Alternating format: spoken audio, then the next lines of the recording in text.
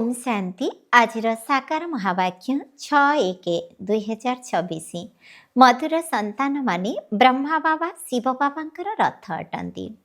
दुहींकर एकाठी पाठ चली एथिरे तिले मात्र संदेह आसिबा उचित नुहे। प्रश्न मनुष्य माने दुखर मुक्ति पाइबा पाई केउ उपाय करुछंती जहाको महापाप कहा जाए।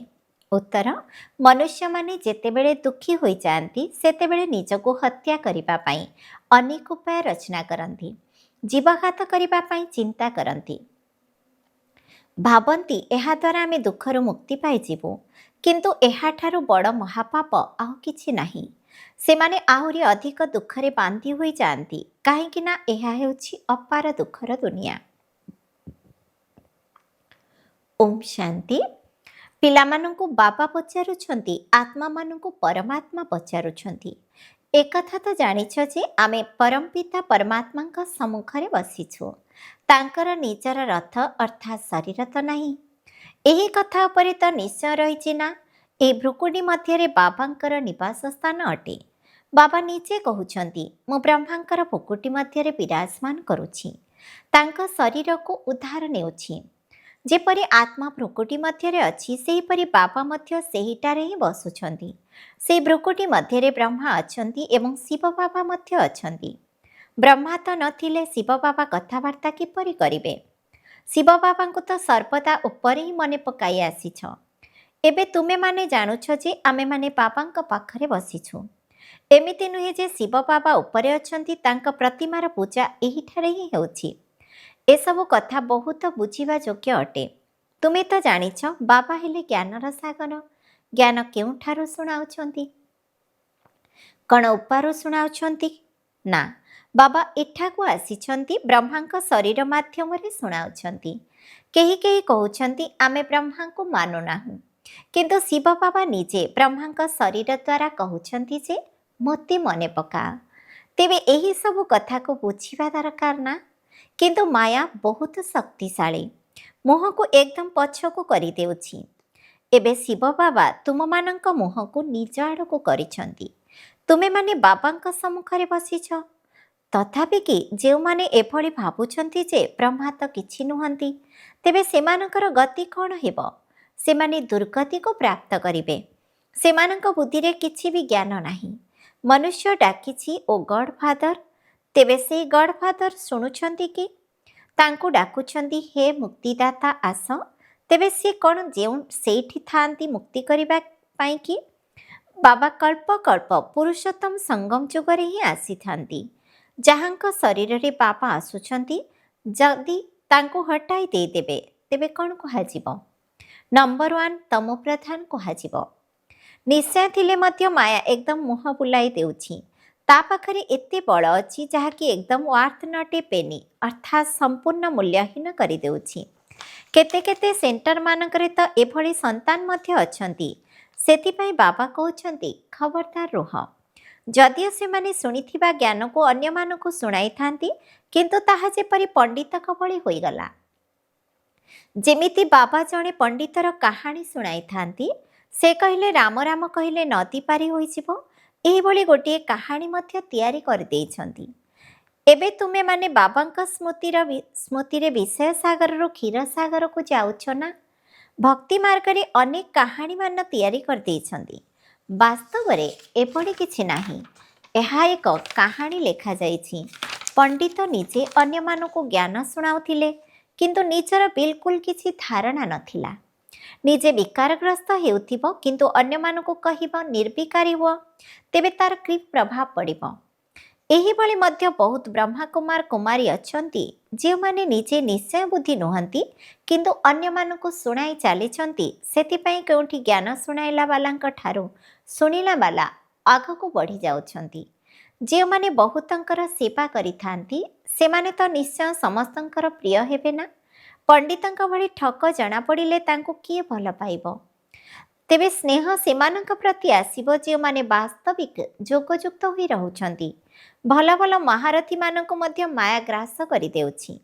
एमिति बहुतंकु माया गेली देइछि। बाबा मध्य बुझाउछंती एबे काहार हेले कर्मातीत अवस्था होई नाही, ताहा अंतिम समय रे हेबो। ଗୋଟିଏ ପାର୍ଶ୍ୱରେ ଲଢ଼େଇ ଲାଗିବ ଏବଂ ଅନ୍ୟ ପାର୍ଶ୍ୱରେ କର୍ମାତୀତ ଅବସ୍ଥା ହେବ। ଏହାର ପୁରା କନେକ୍ସନ୍ ରହିଛି।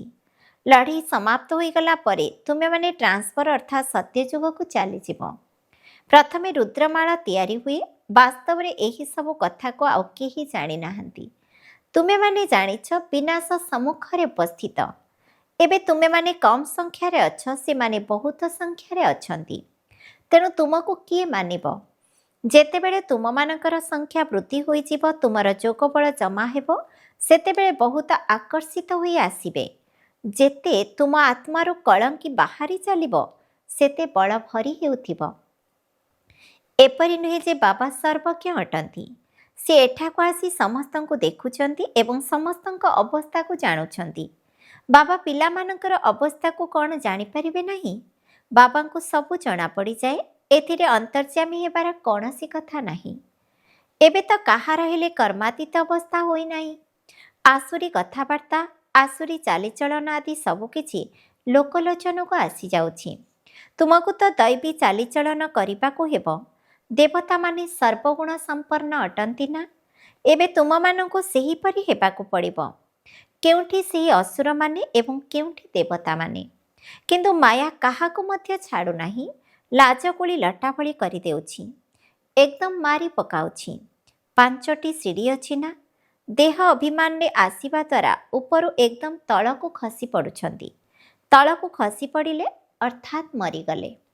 ଆଜିକାଲି ଆତ୍ମହତ୍ୟା କରିବା ପାଇଁ କ'ଣ କ'ଣ ସବୁ ଉପାୟ ବାହାର କରୁଛନ୍ତି। 21 ମହଲାରୁ ଡେଉଁ ପଡ଼ୁଛନ୍ତି, ଯେପରି ଏକଦମ ଶେଷ ହୋଇଯିବେ। ଯଦି ନ ମରିଲେ ପୁଣି ଡାକ୍ତରଖାନାରେ ପଡ଼ି ରହି ଦୁଃଖ ଭୋଗ କରୁଥିବେ। 5 ମହଲାରୁ ଡେଇଁ ପଡ଼ିଲେ ଯଦି ମୃତ୍ୟୁ ନ ହେଲା, ତେବେ କେତେ ଦୁଃଖ ଭୋଗ କରିବାକୁ ହେବ। କେହି କେହି ନିଜକୁ ନିଆଁ ଲଗାଇ ଦେଉଛନ୍ତି। ଯଦି କେହି ତାକୁ ବଞ୍ଚାଇ ଦେଉଛନ୍ତି, ତେବେ ତାଙ୍କୁ କେତେ ଦୁଃଖ ସହନ କରିବାକୁ ପଡ଼ୁଛି। ଯଦି ପୁରା ଜଳିଗଲେ, ତେବେ ଆତ୍ମା ତ ଶରୀରରୁ ଚାଲିଯିବ ନା? ସେଥିପାଇଁ ଜୀବଘାତ କରୁଛନ୍ତି, ଶରୀରକୁ ସମାପ୍ତ କରିଦେଉଛନ୍ତି। ଭାବୁଛନ୍ତି ଶରୀର ଛାଡ଼ିଦେଲେ ଦୁଃଖରୁ ମୁକ୍ତି ପାଇଯିବୁ। କିନ୍ତୁ ଏହା ମଧ୍ୟ ମହାପାପ। ତାଙ୍କୁ ପରବର୍ତ୍ତୀ ଜନ୍ମରେ ଆହୁରି ଅଧିକ ଦୁଃଖ ଭୋଗ କରିବାକୁ ପଡ଼ିଥାଏ। କାରଣ ଏହା ହେଉଛି ଅପାର ଦୁଃଖର ଦୁନିଆ। ସେଠାରେ ଅପାର ସୁଖ ରହିଛି। ତୁମେ ପିଲାମାନେ ଜାଣୁଛ, ଏବେ ଆମମାନଙ୍କୁ ଘରକୁ ଫେରିବାକୁ ହେବ। ଏବେ ଆମେ ଦୁଃଖଧାମରୁ ସୁଖଧାମକୁ ଯାଉଛୁ। ସେଥିପାଇଁ ବାବା, ଯିଏକି ସୁଖଧାମର ମାଲିକ କରୁଛନ୍ତି, ତାଙ୍କୁ ବହୁତ ମନେ ପକାଇବାକୁ ହେବ। ବାବା ବ୍ରହ୍ମାଙ୍କ ମାଧ୍ୟମରେ ବୁଝାଉଛନ୍ତି, ଯାହାର ଚିତ୍ର ମଧ୍ୟ ରହିଛି ନା? ସେଥିପାଇଁ କୁହାଯାଏ ବ୍ରହ୍ମାଙ୍କ ଦ୍ୱାରା ସ୍ଥାପନା। ତୁମେମାନେ କହୁଛ, ବାବା ଆମେ ଅନେକ ଥର ଆପଣଙ୍କଠାରୁ ସ୍ୱର୍ଗର ସମ୍ପତ୍ତି ନେଇଛୁ। ବାବା ମଧ୍ୟ ସଙ୍ଗମ ଯୁଗରେ ହିଁ ଆସିଥାନ୍ତି, ଯେତେବେଳେ କି ଦୁନିଆକୁ ବଦଳିବାକୁ ପଡ଼ିଥାଏ। ତେବେ ବାବା କହୁଛନ୍ତି, ମୁଁ ଆସିଛି ତୁମମାନଙ୍କୁ ଦୁଃଖରୁ ମୁକ୍ତ କରି ସୁଖର ଦୁନିଆ ଅର୍ଥାତ୍ ପବିତ୍ର ଦୁନିଆକୁ ନେଇଯିବା ପାଇଁ। ମନୁଷ୍ୟମାନେ ଡାକୁଛନ୍ତି ମଧ୍ୟ, ହେ ପତିତ ପାବନ। ଏକଥା କ'ଣ ଜାଣିଛନ୍ତି ଯେ ଆମେ ମହାକାଳକୁ ଡାକୁଛୁ? ଆମକୁ ଏହି ଛି ଛି ନରକ ଦୁନିଆରୁ ଘରକୁ ଫେରିବାକୁ ପଡ଼ିବ। ତେବେ ନିଶ୍ଚିତ ଭାବରେ ବାବା ଆସିବେ। ଆମେ ସମସ୍ତେ ମରିବା। ତେବେ ତ ଶାନ୍ତି ହେବ ନା? ଶାନ୍ତି ଶାନ୍ତି କରି ଚାଲିଛନ୍ତି। ବାସ୍ତବରେ ଶାନ୍ତି ତ ପରମ ଧାମରେ ଅଛି। ଯେପର୍ଯ୍ୟନ୍ତ ଏହି ଦୁନିଆରେ ଏତେ ଢେର ମନୁଷ୍ୟ ଅଛନ୍ତି, ସେ ପର୍ଯ୍ୟନ୍ତ ଶାନ୍ତି କିପରି ଆସିବ? ସତ୍ୟଯୁଗରେ ସୁଖ ଶାନ୍ତି ଥିଲା। ଏବେ କଳିଯୁଗରେ ଅନେକ ଧର୍ମ ଅଛି। ଯେତେବେଳେ ଅନେକ ଧର୍ମର ବିନାଶ ହେବ ଏବଂ ଗୋଟିଏ ଧର୍ମର ସ୍ଥାପନା ହେବ, ତେବେ ଯାଇ ତ ସୁଖ ଶାନ୍ତି ହେବ। ହାହାକାର ପରେ ପୁଣି ଜୟ ଜୟକାର ହେବ। ଆଗକୁ ଗଲେ ଦେଖିବ ମୃତ୍ୟୁର ବଜାର କେତେ ଗରମ ରହିବ। ଅର୍ଥାତ୍ ମୃତ୍ୟୁ ପରେ ମୃତ୍ୟୁ ହୋଇ ଚାଲିବ। ବିନାଶ ନିଶ୍ଚିତ ହେବ। ଗୋଟିଏ ଧର୍ମର ସ୍ଥାପନା ବାବା ଆସି କରୁଛନ୍ତି। ରାଜଯୋଗ ମଧ୍ୟ ଶିଖାଉଛନ୍ତି। ବାକି ଅନେକ ଧର୍ମର ବିନାଶ ହୋଇଯିବ। ଏକଥା ଗୀତାରେ କିଛି ଦେଖାଇ ନାହାନ୍ତି। 5 ପାଣ୍ଡବ ଏବଂ ଗୋଟିଏ କୁକୁର ହିମାଳୟ ଉପରୁ ଖସି ପଡ଼ି ଦେହତ୍ୟାଗ କଲେ। ପୁଣି ଫଳାଫଳ କ'ଣ ହେଲା? ପ୍ରଳୟ ଦେଖା ଦେଇଛନ୍ତି। ଯଦିଓ ଜଳମୟ ହୋଇଯାଏ, କିନ୍ତୁ ସାରା ଦୁନିଆ ଜଳମୟ ହୋଇପାରିବ ନାହିଁ। ଭାରତ ତ ଅବିନାଶୀ ପବିତ୍ର ଭୂମି ଅଟେ। ସେଥିରେ ମଧ୍ୟ ଆବୁ ଅର୍ଥାତ୍ ମାଉଣ୍ଟ ଆବୁ ସବୁଠାରୁ ପବିତ୍ର ତୀର୍ଥସ୍ଥାନ ଅଟେ, ଯେଉଁଠି ବାବା ଆସି ତୁମମାନଙ୍କ ଦ୍ୱାରା ସମସ୍ତଙ୍କର ସଦ୍ଗତି କରିଥାନ୍ତି। ଦିଲୱାଡ଼ା ମନ୍ଦିର ଅର୍ଥାତ୍ ଦିଲୱାଡ଼ା ମନ୍ଦିରରେ ଏହାର କେତେ ସ୍ମୃତି ଚିହ୍ନ ରହିଛି ଏବଂ ତାହା କେତେ ଅର୍ଥ ସହିତ ରହିଛି, କିନ୍ତୁ ଯେଉଁମାନେ ତିଆରି କରିଛନ୍ତି ସେମାନେ ଜାଣିନାହାନ୍ତି। ପୁଣି ବି ସେମାନେ ବହୁତ ଭଲ ବୁଦ୍ଧିମାନ ତ ଥିଲେ ନା? ଦ୍ୱାପର ଯୁଗରେ ନିଶ୍ଚିତ ଭଲ ବୁଦ୍ଧିମାନ ମନୁଷ୍ୟ ଥିବେ। କଳିଯୁଗରେ ପତିତ ତମୋପ୍ରଧାନ ମନୁଷ୍ୟ ଥାନ୍ତି। ଦ୍ୱାପର ଯୁଗରେ ପୁଣି ବି ତମୋବୁଦ୍ଧି ଥିବେ। ସବୁ ମନ୍ଦିର ମଧ୍ୟରୁ ଏହା ଶ୍ରେଷ୍ଠ ଅଟେ ଯେଉଁଠି ତୁମେମାନେ ତପସ୍ୟାରେ ବସିଛ। ଏବେ ତୁମେମାନେ ଦେଖିବ ବିନାଶରେ କିପରି ହୋଲସେଲ ମୃତ୍ୟୁ ହେବ। ସାମୂହିକ ଭାବରେ ମହାମାରୀ ଲଢ଼େଇ ଲାଗିବ, ସବୁ ସମାପ୍ତ ହୋଇଯିବେ, ବାକି ଗୋଟିଏ ଖଣ୍ଡ ରହିବ। ଭାରତ ବହୁତ ଛୋଟ ହୋଇଯିବ, ଅର୍ଥାତ୍ ଭାରତରେ ବହୁତ କମ୍ ଲୋକ ରହିବେ, ବାକି ସବୁ ଦେଶ ଜନଶୂନ୍ୟ ହୋଇଯିବ। ସ୍ୱର୍ଗ ଦୁନିଆ କେତେ ଛୋଟ ହୋଇଥିବ। ଏବେ ଏହି ଜ୍ଞାନ ତୁମମାନଙ୍କ ବୁଦ୍ଧିରେ ଅଛି। ଅନ୍ୟମାନଙ୍କୁ ବୁଝାଇବା ପାଇଁ ମଧ୍ୟ ସମୟ ଲାଗୁଛି। ଏହା ହେଉଛି ପୁରୁଷୋତ୍ତମ ସଙ୍ଗମ ଯୁଗ। ଏଠାରେ କେତେ ଢେର ମନୁଷ୍ୟ ଅଛନ୍ତି ଏବଂ ସେଠାରେ କେତେ ଅଳ୍ପ ସଂଖ୍ୟକ ମନୁଷ୍ୟ ରହିବେ, ବାକି ସମସ୍ତେ ସମାପ୍ତ ହୋଇଯିବେ। ବିଶ୍ୱର ଇତିହାସ ଭୂଗୋଳ ଆରମ୍ଭରୁ ପୁନରାବୃତ୍ତି ହେବ, ତେବେ ନିଶ୍ଚିତ ସ୍ୱର୍ଗଠାରୁ ହିଁ ପୁନରାବୃତ୍ତି ହେବ। ତାହା ଶେଷ ସମୟରେ ତ ଆସିବ ନା। ଏହି ଡ୍ରାମାର ଚକ୍ର ଅନାଦି ଅଟେ, ଯାହାକି ଘୁରି ଚାଲିଛି। ଏପଟେ କଳିଯୁଗ, ସେପଟେ ହେଲା ସତ୍ୟଯୁଗ। ଆମେମାନେ ସଙ୍ଗମ ଯୁଗରେ ଅଛି, ଏକଥା ମଧ୍ୟ ତୁମେମାନେ ଜାଣିଛ। ବାବା ଏଠାକୁ ଆସୁଛନ୍ତି, ତେଣୁ ତାଙ୍କୁ ରଥ ତ ନିଶ୍ଚିତ ଦରକାର ନା। ବାବା ବୁଝାଉଛନ୍ତି, ଏବେ ତୁମେମାନେ ଘରକୁ ଯାଉଛ, ପୁଣି ଏହିଭଳି ଲକ୍ଷ୍ମୀନାରାୟଣ ହେବ, ସେଥିପାଇଁ ଦୈବୀ ଗୁଣ ମଧ୍ୟ ଧାରଣ କରିବା ଦରକାର। ଏକଥା ମଧ୍ୟ ତୁମମାନଙ୍କୁ ବୁଝାଇ ଦିଆଯାଉଛି ଯେ ରାବଣ ରାଜ୍ୟ ଏବଂ ରାମ ରାଜ୍ୟ କାହାକୁ କୁହାଯାଏ। ପତିତରୁ ପାବନ, ପୁଣି ପାବନରୁ ପତିତ କିପରି ହେଉଛ, ଏହି ଖେଳର ରହସ୍ୟ ବାବା ଆସି ବୁଝାଉଛନ୍ତି। ବାବା ଜ୍ଞାନର ଭଣ୍ଡାର, ବୀଜ ରୂପ ଚୈତନ୍ୟ ଅଟନ୍ତି। ସେହି ଆସି ଆମମାନଙ୍କୁ ବୁଝାଉଛନ୍ତି।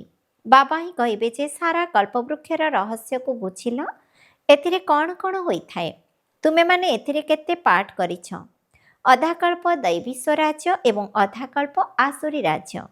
ଯେଉଁମାନେ ଭଲ ଭଲ ସନ୍ତାନ ଅଛନ୍ତି ସେମାନଙ୍କର ବୁଦ୍ଧିରେ ଜ୍ଞାନ ରହିଥାଏ। ବାବା ତୁମମାନଙ୍କୁ ନିଜ ସମାନ କରୁଛନ୍ତି ନା। ନିମିତ୍ତ ଟିଚରମାନଙ୍କ ଭିତରେ ମଧ୍ୟ କ୍ରମାନ୍ୱୟରେ ଥାନ୍ତି। କେହି ତ ଟିଚର ହେଲା ପରେ ମଧ୍ୟ ପୁଣି ବିଗିଡ଼ି ଯାଇଥାନ୍ତି। ବହୁତଙ୍କୁ ଶିକ୍ଷା ଦେଇ ପୁଣି ନିଜେ ସମାପ୍ତ ହୋଇଯାଇଛନ୍ତି, ଅର୍ଥାତ୍ ଏହି ଜ୍ଞାନ ମାର୍ଗକୁ ଛାଡ଼ି ଚାଲି ଯାଇଛନ୍ତି। ଛୋଟ ଛୋଟ ପିଲାମାନଙ୍କ ଭିତରେ ମଧ୍ୟ ଭିନ୍ନ ଭିନ୍ନ ସଂସ୍କାର ଥାଏ। କେହି ତ ଦେଖ ନମ୍ବର 1 ଶୈତାନ ଅଟନ୍ତି, କେହି ପୁଣି ପରିସ୍ଥାନକୁ ଯିବାର ଯୋଗ୍ୟ ଅଟନ୍ତି। କେହି କେହି ଏଭଳି ଅଛନ୍ତି ଯିଏକି ନା ଜ୍ଞାନକୁ ଧାରଣ କରନ୍ତି, ନା ନିଜର ଚାଲିଚଳନକୁ ସୁଧାରି ପାରନ୍ତି, ସମସ୍ତଙ୍କୁ କେବଳ ଦୁଃଖ ହିଁ ଦେଇଥାନ୍ତି। ଏକଥା ମଧ୍ୟ ଶାସ୍ତ୍ରରେ ଦେଖାଇଛନ୍ତି ଯେ ଅସୁରମାନେ ଆସି ଇନ୍ଦ୍ର ସଭାରେ ଲୁଚି ବସି ଯାଉଥିଲେ। ଅସୁର ହୋଇ କେତେ ଦୁଃଖ ଦେଉଛନ୍ତି। ଏହିପରି ତ ହୋଇ ଚାଲିଛି। ଉଚ୍ଚରୁ ଉଚ୍ଚ ବାବାଙ୍କୁ ହିଁ ସ୍ୱର୍ଗର ସ୍ଥାପନା କରିବା ପାଇଁ ଆସିବାକୁ ପଡ଼ିଥାଏ। ମାୟା ମଧ୍ୟ ବହୁତ ଶକ୍ତିଶାଳୀ। ବିକାରର ଦାନ ଦେଇ ଦେଇଥାନ୍ତି, ପୁଣି ବି ମାୟା ବୁଦ୍ଧିକୁ ଘୁରେଇ ଦେଇଥାଏ। ଅଧାଙ୍କୁ ତ ମାୟା ନିଶ୍ଚିତ ଖାଇବ। ସେଥିପାଇଁ ତ କୁହାଯାଏ ମାୟା ବଡ଼ ଦୁସ୍ତର, ଅର୍ଥାତ୍ ମାୟାକୁ ଜିତିବା ବହୁତ କଷ୍ଟକର ପାଠ।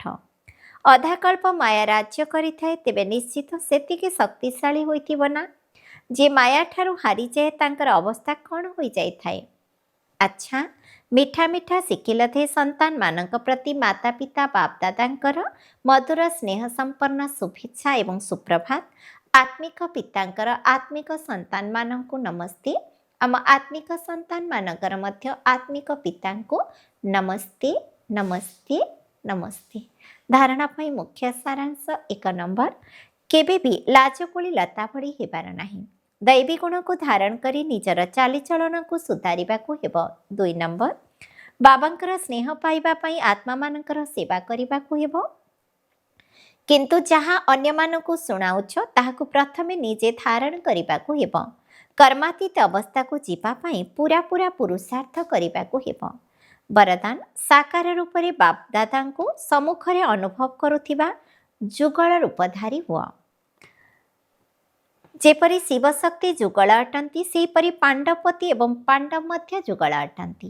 ଯେଉଁମାନେ ଏହିଭଳି ଯୁଗଳ ରୂପରେ ରହିଥାନ୍ତି ସେମାନଙ୍କ ନିକଟରେ ବାପଦାଦା ସାକାର ରୂପରେ ସର୍ବ ସମ୍ବନ୍ଧରେ ସମ୍ମୁଖରେ ରହିଥାନ୍ତି। ଏବେ ତ ଦିନକୁ ଦିନ ଆହୁରି ଅଧିକ ଅନୁଭବ କରିବ କି ବାପଦାଦା ଯେପରି ମୋ ସମ୍ମୁଖକୁ ଆସିଲେ ଏବଂ ମୋର ହାତ ଧରିଲେ ବୁଦ୍ଧି ଦ୍ୱାରା ନୁହେଁ ସ୍ଥୂଳ ନେତ୍ରରେ ଦେଖିବ ଏବଂ ଅନୁଭବ କରିବ। କିନ୍ତୁ କେବଳ ଏକମାତ୍ର ବାବା, ଦ୍ୱିତୀୟ କେହି ନୁହନ୍ତି। ଯଦି ଏହି ଅଭ୍ୟାସ ପକ୍କା ହୋଇଯାଇଥିବ ତେବେ ଶରୀରର ଛାଇ ଯେପରି ଆଗପଛ ଘୁରୁଥାଏ ସେହିପରି ବାପଦାଦା ମଧ୍ୟ ତୁମ ନଜରରୁ ଦୂରରେ ରହିପାରିବେ ନାହିଁ, ସର୍ବଦା ସମ୍ମୁଖରେ ଥିବା ଭଳି ଅନୁଭବ ହେବ। ସ୍ଲୋଗାନ: ମାୟାଜିତ ପ୍ରକୃତି ଜିତ ହେଉଥିବା ଶ୍ରେଷ୍ଠ ଆତ୍ମା ହିଁ ସ୍ୱକଲ୍ୟାଣୀ ବା ବିଶ୍ୱକଲ୍ୟାଣୀ ଅଟେ। ଅବ୍ୟକ୍ତ ଇଶାରା ଏହି ଅବ୍ୟକ୍ତି ମାସରେ ବନ୍ଧନମୁକ୍ତ ହୋଇ ଜୀବନମୁକ୍ତ ସ୍ଥିତିର ଅନୁଭବ କର। ଯଦି ଏବେ ତୁମେମାନେ ଜୀବନମୁକ୍ତ ହୋଇଯିବ ତେବେ ତୁମମାନଙ୍କର ଜୀବନମୁକ୍ତ ସ୍ଥିତିର ପ୍ରଭାବ ଜୀବନ ବନ୍ଧନରେ ଥିବା ଆତ୍ମାମାନଙ୍କର ବନ୍ଧନକୁ ମଧ୍ୟ ସମାପ୍ତ କରିଦେବ।